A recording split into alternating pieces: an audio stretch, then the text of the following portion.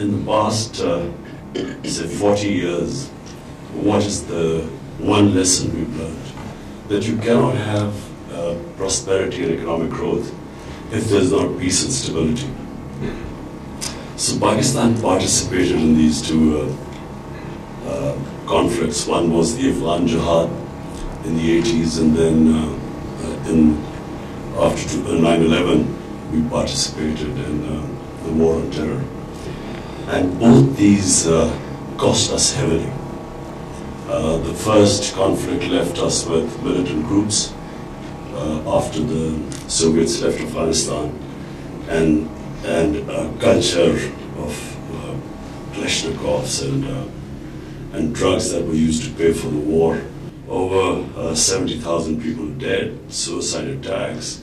Pakistan considered one of the most dangerous places in the world. So when my government came into power, we made a conscious decision that we would only partner people in peace. We will not become part of any conflict.